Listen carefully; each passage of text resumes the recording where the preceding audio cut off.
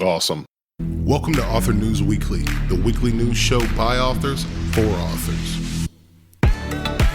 We read the news so you don't have to. Join our panel of best-selling authors each week as we take a deep dive into the publishing world, both indie and traditional.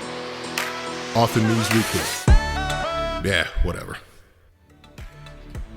Hey everybody, welcome back to Author News Weekly, the weekly news show, obviously, where we overthink the news so you can get your brain back to writing your books.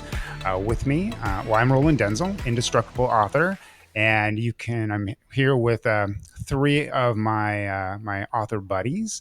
Would you guys go around the virtual room here and introduce yourself? Let's start with Jim.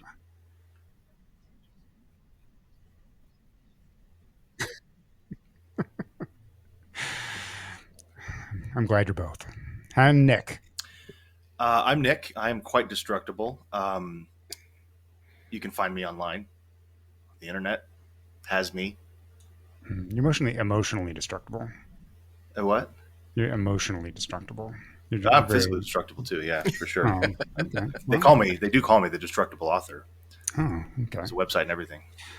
Man, I should have got that domain while I had the chance. I am Craig, and I think I've already been destructed. But either way, authors well, and I claim all three of these guys as buddies. If they do that in return, it's up to them, and I'm happy to be here regardless. Well, welcome to Author News Weekly. And we've got some really cool news this week. I was actually, the first one we're going to talk about is from Publishers Weekly.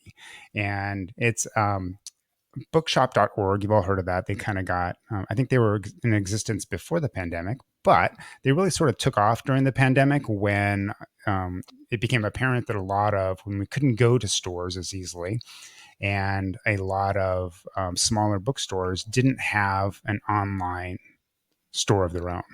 So they stepped up and offered a way for a lot of independent bookstores to sell books on their own.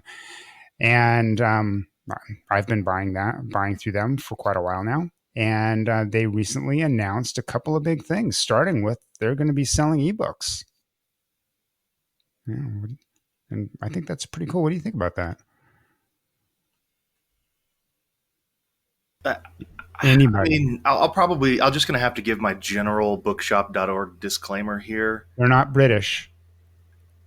All right, never mind. No, maybe they are. No, I'm just kidding. They are. But I don't know what they do. Like, I've always felt like Bookshop is this child of it, like some child of a publishing executive's like summer project, like internship thing. Like, they were like, we're gonna fix publishing and we're gonna make indie bookstores radical again, and then they just came out with a cool, pretty website. It's not really doing anything. And like their author side is just, I mean, it's really just kind of pandering to authors. It's just an affiliate link, it's not even really like an author's side to it. I'm very confused about I don't know, man. It's hard to clarify what it is. I don't think it's bad. They're not doing anything wrong. It's not nefarious, but I just don't really get what their business model is, other than just being like trying to take over the point of sale systems for indie bookstores. Isn't that enough? Is it? Is it enough, Roland? I'll tell you what. If it replaces the stupid Square point of sale terminals that ask me to tip 75% every fucking time, then they can go ahead and do it. They can go ahead and take over, because I'm done with that. Does that happen at indie bookstores? I don't know. Indie bookstores are asking for tips. I don't know. I'm just saying. They should be giving you tips on which book to read. It should be. That's the other problem I have with indie bookstores. It's like, hey, this is great. I love you guys. This is awesome. You're way better than the ones we shall not speak of, like Barnes and Noble. But I mean, half the people there don't understand. They don't read books. They're just high school part-time employees. Well, I'm just surprised that anything really regarding ebooks is news. Like, we now have ebooks. Like, the rest. I mean, I don't know. It just seemed a little bit odd to me. It's like, doesn't everybody now? It's sort of a thing. I don't know. Jim looks like he has something to say.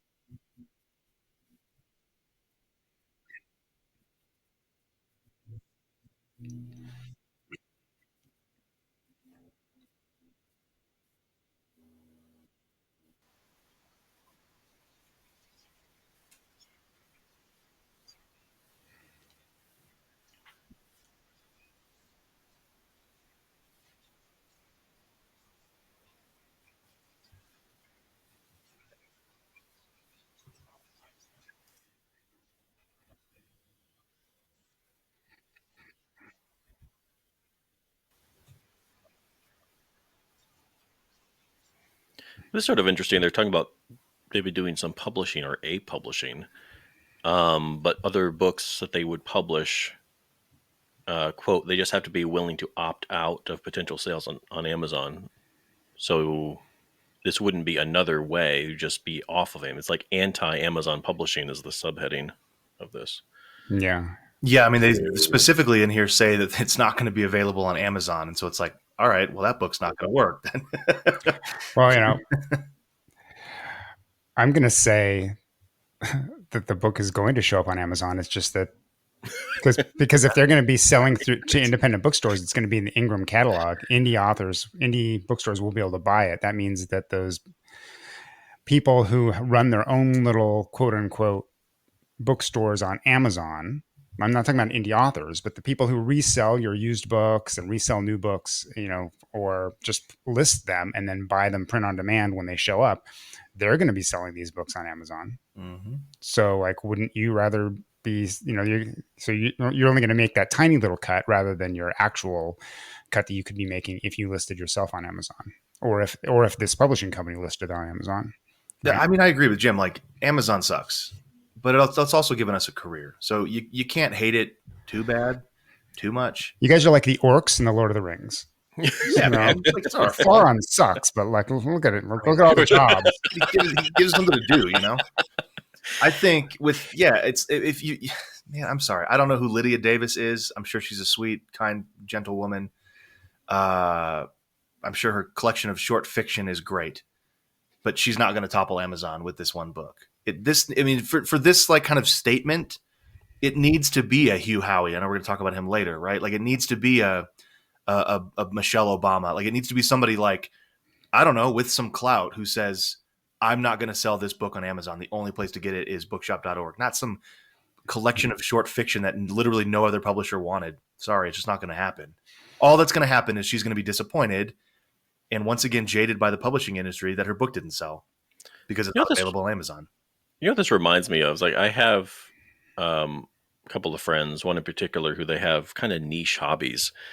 And they opened this little club downtown in their home city, and tried to get people to go. And of course, within a year, I think it closed because nobody was interested in that niche hobby. They keep trying to make it happen, pouring money into it, opening. It's like, this just isn't a thing. Like, it's like, right. There aren't enough people interested in what you're doing to make it work. And that's how I feel with this anti-Amazon stuff. Is just, that's exactly right, man. Like, there's nothing that is blue ocean different from Amazon. Does that make sense? Like, the problem we're all trying to solve is, how can we sell books better? And Amazon has already solved that problem for everybody around the world. That's the best way to sell books and buy books, period. It's not perfect. It's far from it, but it's the best way.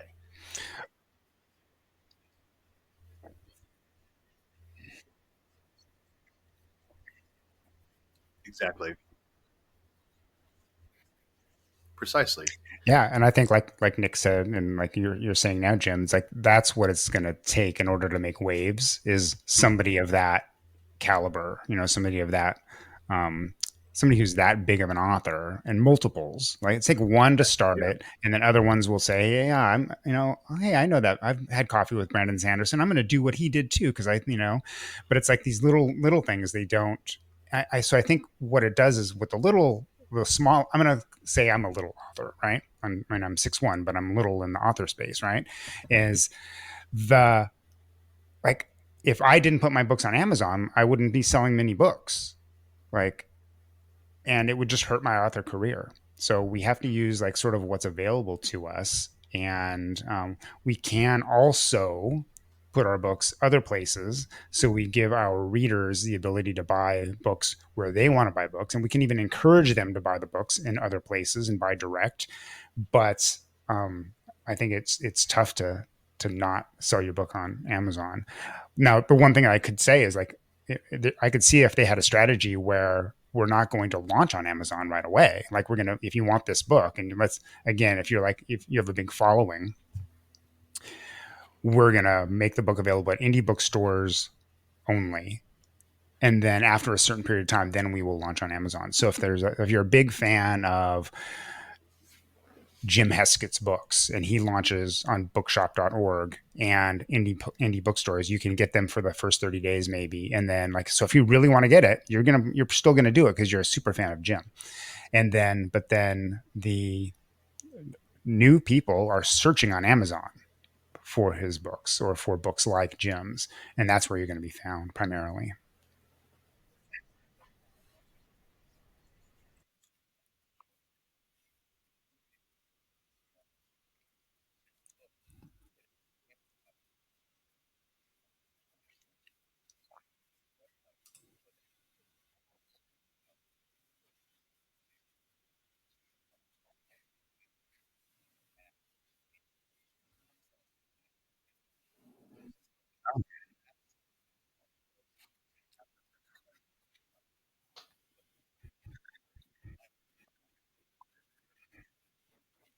That's pretty cool.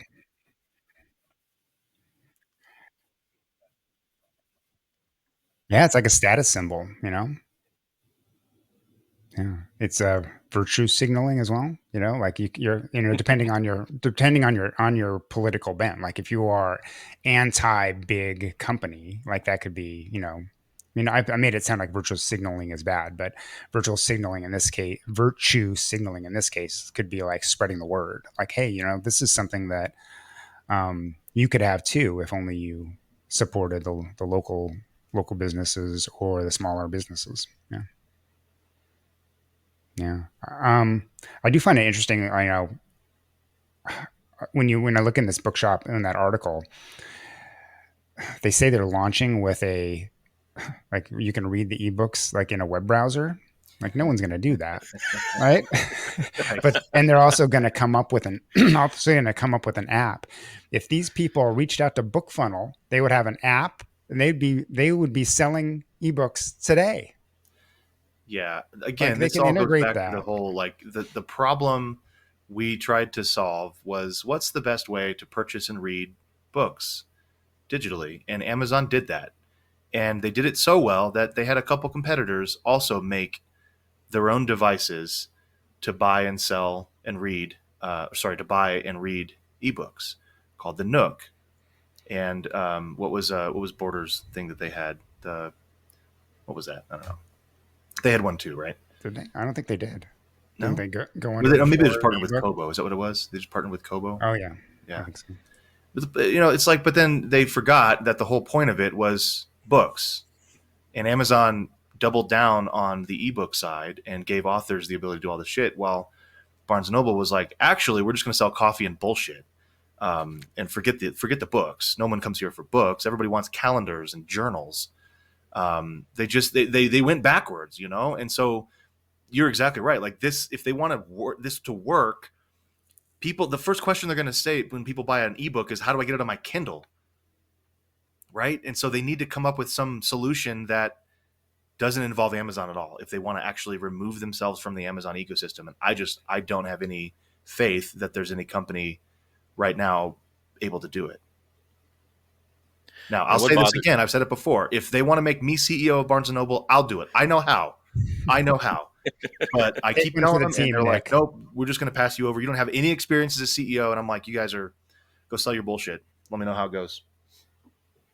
It bothers me with when these companies, they try to take on Amazon, and they launch apps and devices and whatnot, and everybody gets on. Well, not everybody, a few people get on board because they also want to take down Amazon, and then they stop supporting all the devices and stuff, and so all these people have gone along with them are just sort of going to set adrift. Like, oh, Go like back to Amazon. I still, yeah, well, I can still get emails from readers. Like, why isn't I need a file for such and such archaic device? It's like, and then they get angry if I can't provide it. Like, well, I can't read it. Well, like, well, what do you expect me to do? Like, it's Y'all got that book in BlackBerry format, right? Basically, yeah. And I do kind of feel for them because they bought into this new hype, which bookshop.org to me sort of seems a bit superfluous, but they're just trying to do it again, and people are going to try to go along with it, and they're going to end up high and dry. Yeah, we'll see. Yeah, I did think that Barnes and Noble had a good. I mean, I don't think it's not one company is not going to take over or knock Amazon down a bunch of notches, but like collectively, if you add up, if Barnes and Noble stepped up a little bit more, if bookshop.org stepped up a little bit more, if Apple, if Google, I mean, there are companies out there that they have so much money and so much power that aren't doing anything in the ebook space, where they are doing something in the ebook space, but it's basically nothing. They could at least collectively help to level the playing field, but they don't. But they don't. Have we beat this to death? Dead. The belabored horse is beat. Okay, let's go on to something a little more positive. Not that wasn't positive, but I thought it was positive. Yeah, I love talking about bullshit that Barnes and Noble sells. Pretty positive. Let's go to the next one. And this is you guys have missed my positive outlook on all the news, haven't you? Another Publishers Weekly article, which sort of shows us that despite what quote unquote they say, they meaning traditional publishing, Nielsen Bookscan, and big, like the New York Times, ebooks are not dead. In fact, according to this, it looks like they're going pretty strong, especially for indie authors. I'm curious, does it say in here what Bowker is claiming his self-published ISBN to be? Is it just an ISBN that is assigned to a publisher they've never heard of? It doesn't really go into that. I mean, I guess I assumed that it was because, by way of example, I purchased an a block of ISBN. 100 ISBNs. Sorry, you froze. I didn't know you were going to say something. I apologize for talking over you. Go ahead. No, I was going to say that. I mean, similar. Like, I think that they probably do some sort of. They know which imprints are, traditional publishing, or that they have a pretty good idea of which ones, and then I think the ones that are left over are either small presses or indies themselves. And maybe it's based on the number. Maybe it's based purely on the number of, or maybe they have a special deal with traditional publishers that we're not able to get. It's curious. I'm just curious because like I said, by way of example, I've got 100 ISBNs that I assign to my books, which I publish through Conundrum Publishing, which is the publishing company I own, but which is by definition traditional. And so I'm obviously I'm not on any list of traditional publishers. No. You how they kind of make that. No, you're on a list, but not that. Not that list. It's a different But list. you do bring up a good point, because if you look at the numbers for 2019, there was a huge surge. In fact, it even talks about it in the article that there was a huge surge in 2019 when a major self-publishing platform, probably, who knows, Amazon or whatever, bought, several million in one batch. So maybe that's what it, so when they count a huge major self-publishing platform, I mean, that's one. Maybe they, I don't know, like they do ask when you buy the ISBN, when you use it, they ask a few questions. I just don't know if they can determine or somewhat determine in there what level of business you are and whether you're indie yourself or a small press or whatever. I don't remember. Yeah, well, in the interest of making this not too optimistic, this is when I rant about ISBNs being a racket. I think it's bullshit. I agree. Bullshit. I mean, Canada, it's free. You get an ISBN number, you just ask them, then they give you one. Totally free. So I'm wondering when we're going to see a company that is legally and maybe even physically based in Canada selling ISBN numbers from Canada to anyone in the world who wants an ISBN number. Yeah, I mean, I think there was some sort of.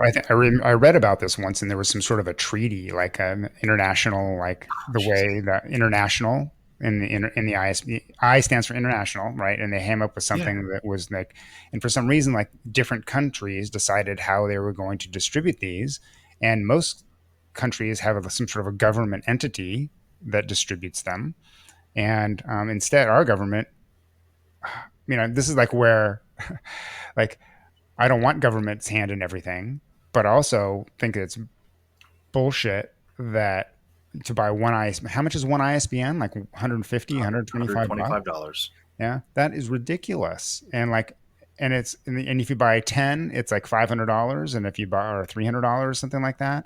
And then if you buy like 1,000 or 500, it's like this, like they might as well be free per. Yeah.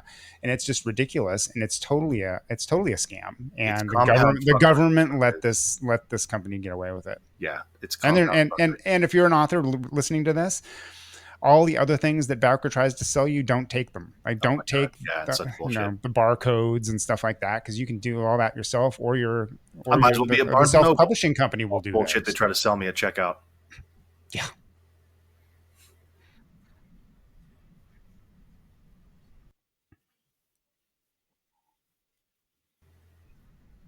Mm-hmm.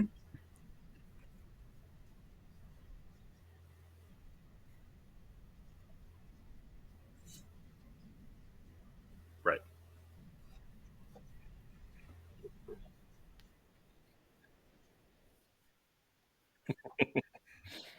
But they get one though, right? When you if you choose, you have to have one on Amazon, but it's either the free one. No. Amazon. For ebooks, there's no ISBN; it's an ASIN for ebooks. I'm pretty sure. Like, is that true? Yeah, there's no ISBN. So it's just if you distribute through Drafted Digital or some of those other ones. Some publishing companies do require you to have it, because they don't have their own.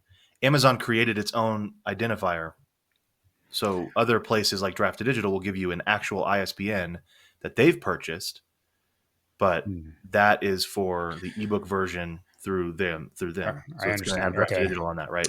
If you go right now, I'm on. There's Page Numbers source ISBN, which isn't the same ISBN 13.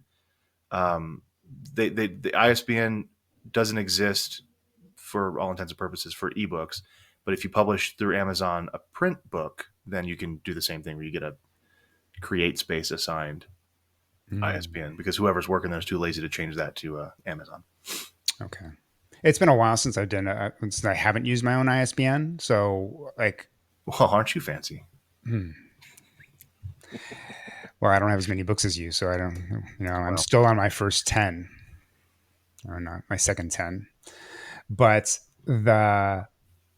so I do remember that for print, but I just sort of in my mind, I assumed that if you could use an ISBN on Amazon or accept their free one, but maybe you don't need a free one on ISBN, a free one on Amazon like you do on the other platforms.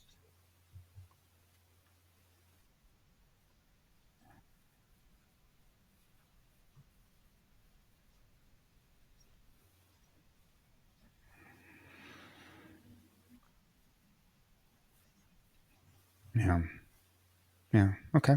That makes sense. So despite the fact that this is disingenuous, and traditional publishing and BookScan, they're all just being disingenuous for their own, I think, related reasons.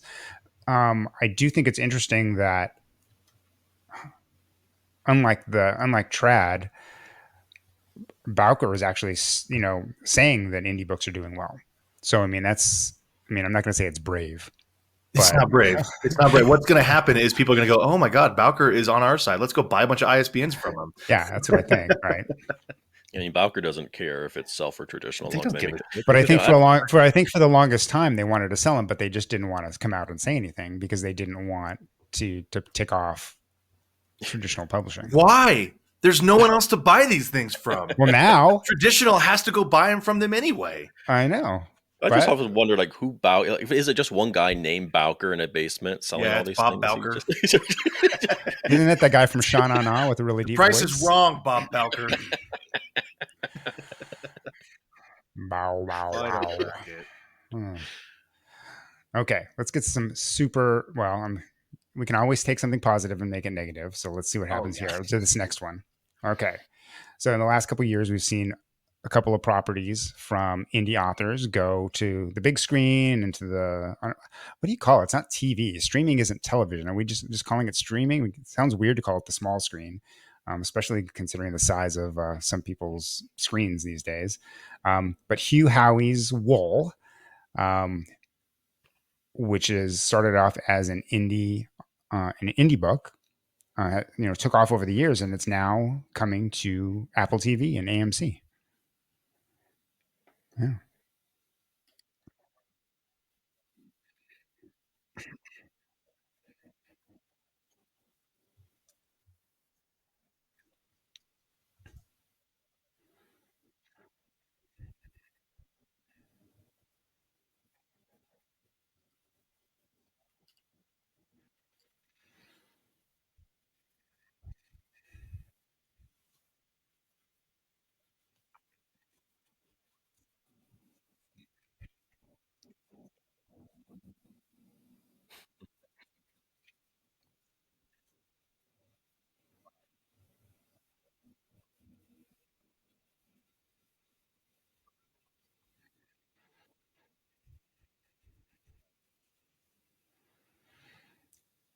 I'm excited for it. The trailer looks amazing, and some big name stars. I mean, Tim Robbins is in it, an Oscar winner, and Rashida Jones, I love her, and purely for her acting, but um, but she's a lovely person in every way. And Her involvement with Toy Story 4. what? Oh, you should Google that. Okay. Yeah. No, that's a whole different thing. Oh, I'm gonna write this down. Maybe you shouldn't. Oh, okay, okay. But anyhow, like I think this is like from my perspective. I mean, this is not something where I can think like, oh, authors can count on this because Hugh Howey was like a pioneer in the indie author space. Like he could do things back then that the rest of us can't do today. And I think he acknowledges that, and he continues to like not tell people to do what he does, but to just keeps encouraging them. But I think one of the things that's interesting about all of these, Johnny B. Truant's Fat Vampire got made into Reginald the Vampire on Sci-Fi. There was another urban fantasy author that I saw last year who her show is being made into something on I think on Netflix. Is that if you have this IP and it's good and you have a good following, like you just keep writing, and like you have these opportunities for something to happen, one day. It's not going to happen to all of us, but I think it's pretty good news because it's also given some indie authors a little bit more legitimacy. Like before, it was just like, oh, we're not even going to look at you because you're an indie author. I just hope this continues. I mean, there is so much great material out there. Like people, Ernest Dempsey, and Nick. Like if they could make a series out of this stuff, why not? I don't see why Look, if you can make Sharknado a thing, my books aren't that bad. Like they're a little bit better than that. Yeah, just like if I were a TV executive, I would hope that'd be like, well, look at all of this material that you could probably get For for cheap. less. Yeah, I mean, there are tons of indie authors who have written great books who are just like, you're gonna make my book into cool. How much do I have to pay you? Yeah, the problem is it's all politics and nepotism, right? Like it's just the facade is just that, and Hollywood is all just a good old boys club, of like, well, we'll get this person on the writing team because they're the nephew of the producer of this show, not because they're a good writer, and so then you end up with drivel like Lord of the Rings. I said it. What? Fight me. Well, let's be more specific. Drivel, like the Rings of Power. Drivelative. You mean like the Rings of Power? That whatever the fuck it was called. Yeah, that same shit. Yeah. Sorry, Roland. No. Hate to piss I in your mean, snow cone, buddy, but no. You think I love Rings of Power? I do. No, I think you were like, I I think you don't. I wrote it love and I directed it. love the Lord of It the was your Rings fault. overall. I love the Tolkien stuff. But Dude, I mean, think, we were excited, but don't get me wrong. Like we but watched I it. think We that tried was hard. headed up by. I mean, well, I don't know. It's headed up, but it is like to me the epitome of lazy, poor writing. Mm-hmm. Yeah, everything else was perfect. Yeah, I mean, there's some good stuff in it, but like it was just like Absolutely. you shouldn't have to. I'm going to go on a rant. You shouldn't have to wait till episode 4 or 5 for it to be good. No, you should not. Be a super fan, because I'm like complaining, oh, it's so boring on episode 2. Oh, just wait for episode 4. Yeah, Wait no, for I don't episode want to. 5. That's 4 hours of my life. Wait? It's like you got Rings of Power, Andor, She-Hulk. You got all these things that you think I would enjoy, and I eventually enjoy them. But like, why did I have to sit through 3 or 4 episodes before it got interesting? Because it's on TV. Like, as they say it on Seinfeld, why are you watching this? Because it's on TV. Because it's on TV. Yeah. I rest my case. Yeah. Hey, Jim. Let's poop on what Jim likes now. Jim, what do you like? Don't tell them.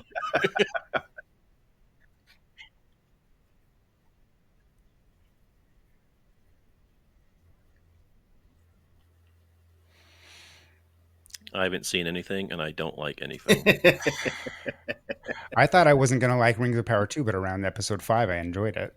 I thought I wasn't going to like Andor, but around episode 4, it started to get good. And oh my God, yeah. All right, I'm going to get in a lot of trouble here. I can't stand Mandalorian or Ted Lasso. What? I can understand you.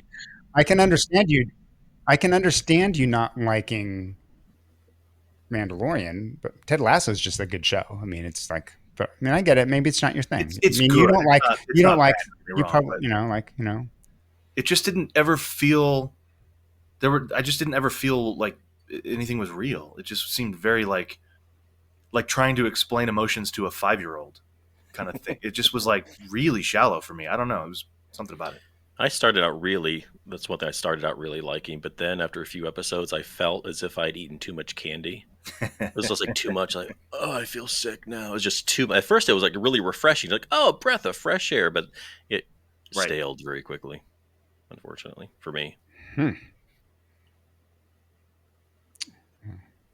you hate us all? I love The Mandalorian. Roland hates us all. I love The Mandalorian. Anyway, Silo's going to be good, though. Yeah. And Jim, I did enjoy Andor. I actually finished Andor last night. And I'm sure they'll do something. And I was like, where is the next episode? Why is it not here? But they'll mess up Silo somehow, though, right? I hope not. I mean, I would hope that there have been, since I think Game of Thrones was a problem with the last couple of, like the last season in particular, I guess, right? The writing got sort of, sloppy or rushed or whatever. They wanted to move on to something else. Close, like an author who's being forced to close out a series that's not doing well. I don't know, but it was weird as Game of Thrones was doing well, so they just kind of didn't hit the landing. What do you call it? Stick the landing. Thank you, Jim. And I think I've seen not just me complaining about this episode 3, episode 4, wait for it. Like, I don't know how many times, like somebody said the Obi-Wan Kenobi show, they said, oh, I complained about not liking that, about thinking it was boring. Oh, just stick with it. Stop telling me to stick with it. Tell the writers to write better from episode 1. How about they just start with episode 4? That's so good. Get rid of 1, 2, and 3, and then try again. Yes, they need an editor who says, "Okay, well, you don't need those first 4 chapters. Like, the story starts right here in 5." This is why they need to start making stuff by more indie authors. Indie authors have figured this out. Mm-hmm. We have to. Yeah, but then they won't choose indie authors to be the writers. They'll be like, "Oh, well, we know television." They will. And what Nick says is right about I don't know if it's nepotism so much as you had a job here before, so you're going to do great. But if you look at some of these people who have written some of these shows, like you look at back some of those shows before, and they were pretty bad too. So like, why did they continue to? And it's also the whole bad adage of like, you get hired, you get promoted to your level of incompetency, right? It's like that's got to be part of it too, where you're a really, really good actor, let's make you the director. It's like, well, no, those are two completely different, like, you know, creative outlets. That doesn't necessarily mean you're going to be good at that. I think writing is the same. Oh, well, you were a really good summer intern working the front desk at, you know, the studio. Let's make you the head writer of this show. It's like, well, have they written anything? Do they know what they're doing? Or are you just, they're there. They're the No, but they got to overhear a lot of the writer talk when they were bringing coffee into they know the the table. lingo. So they talk a good, yeah. And unfortunately, failing upward is a real thing in these companies. Yeah. I don't know how or why that happens, but it's utterly bizarre. I still wouldn't forgive an HBO for canning Deadwood to finish Rome because they were bleeding money from that show, which Deadwood was so much better. And to be fair, Rome was amazing, and then they canned that one because it was too expensive. So we got nothing. We got nothing out of it. Yeah. Anyway, so I'm sure they'll mess up Silo somehow. They'll be like, actually, the Silo's a woman, and we all live inside of it. And it's like, oh, Jesus Christ. Okay, right, fine, whatever. Call me sexist. No, I get it. It's sort of like a reverse phallic symbol. Right. Whoa. Okay. Well, stick with it, writers. Eventually, your show may or may not be made into a television show, and then ruined by Hollywood. Most likely not. Don't get your hopes. Think of the plus. That's on the plus side. Your show will probably never be ruined by Hollywood. That's probably that's fair. That's a good way to look at it. Yeah. All right, that's a wrap. Unless anyone has any more to say. Looks like no. Thank you for joining us all, our dear listeners to Author News Weekly. We'll be back next week with more news to break down, overthink, and let's try to find something positive for next week. If anyone has any news to share with us, we would love to have it. And just send it to us. You can find links to everything in the show notes. And let's tell everybody where they can find you. Craig? CraigAhart.com or ThrillerCraig.com. Both go to the same place. Oh, Thriller Craig, that's your married name. Where do they go? Like a Pornhub or something? You'll find out. Oh, okay. I don't know. Speaking of Pornhub, Nick, just turn off safe search before you go. My name's Nick. You can find me at nickthacker.com. Jim.